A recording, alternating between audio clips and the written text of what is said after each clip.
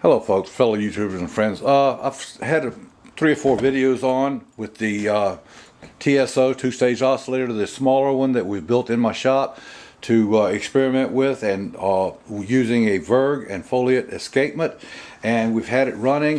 With other things that I've done, I try to make, when I come up with an idea, I make it crude and quick and easy, and just see if there's a possibility that it may work.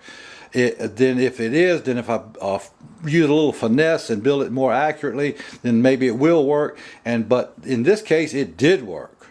So if it does work, and it was built crude, how much better will it work if I tweak it out a little bit? So we got to checking things out, and there's so many little flaws that can be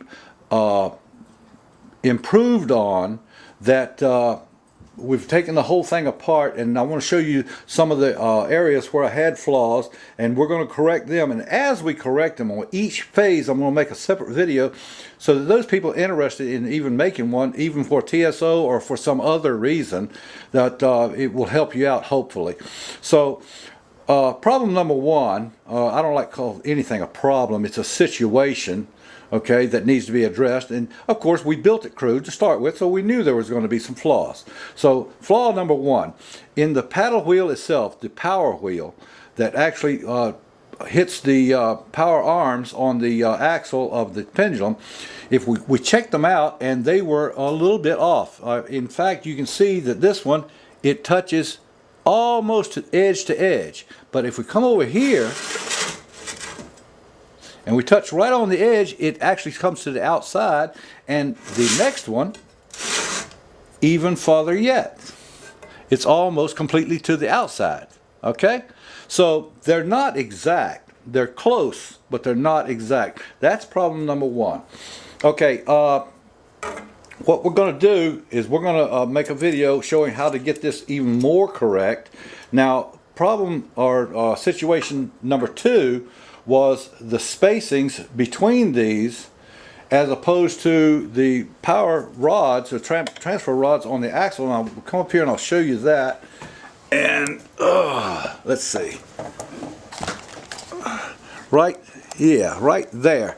These, we're going to redesign these and make them a whole lot better. Right now, this is your driving point right here. It comes this way and the paddle hits this and pushes it back. But now when it comes, when the paddle is pushing over here, this one is coming forward.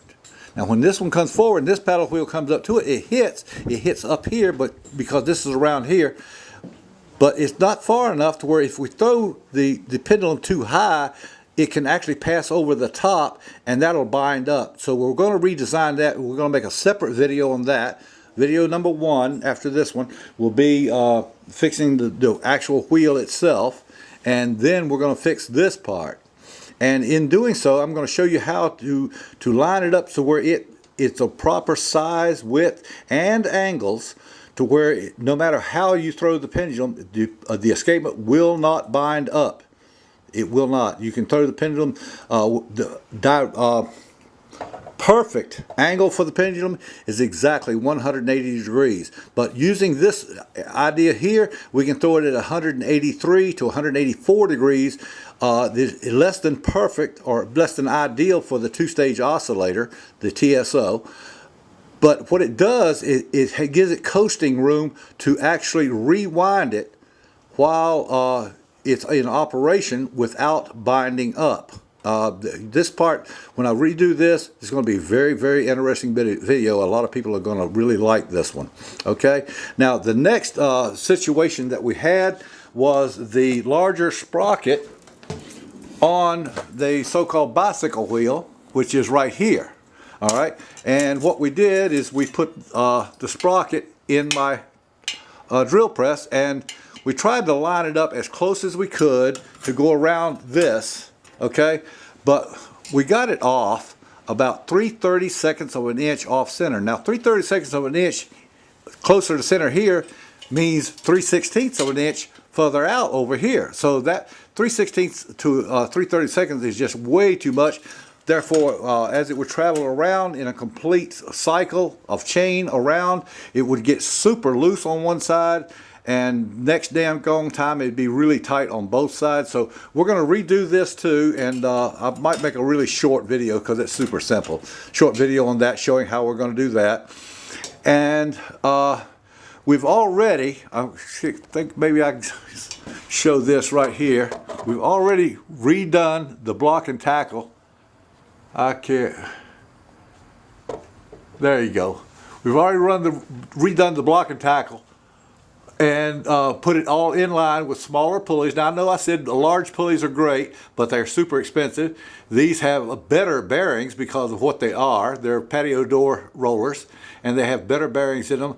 And we've dropped down to a much smaller cable, from a 1/8 to a 1/16 cable. And we've been running a 6-part line rather than a 3-part, which doubles the length of time of running time. Okay, so each one of these phases, as we do them, we're going to make a separate video. In fact, I might even make a short one showing how we did the block and tackle on it. But I think we're going to have a short series of short videos that a lot of people are going to really enjoy. Okay, so anyway, that's enough for now, and we'll get another video on tomorrow morning. Okay, by the way, today is April the 10th, and it is 8:40 p.m.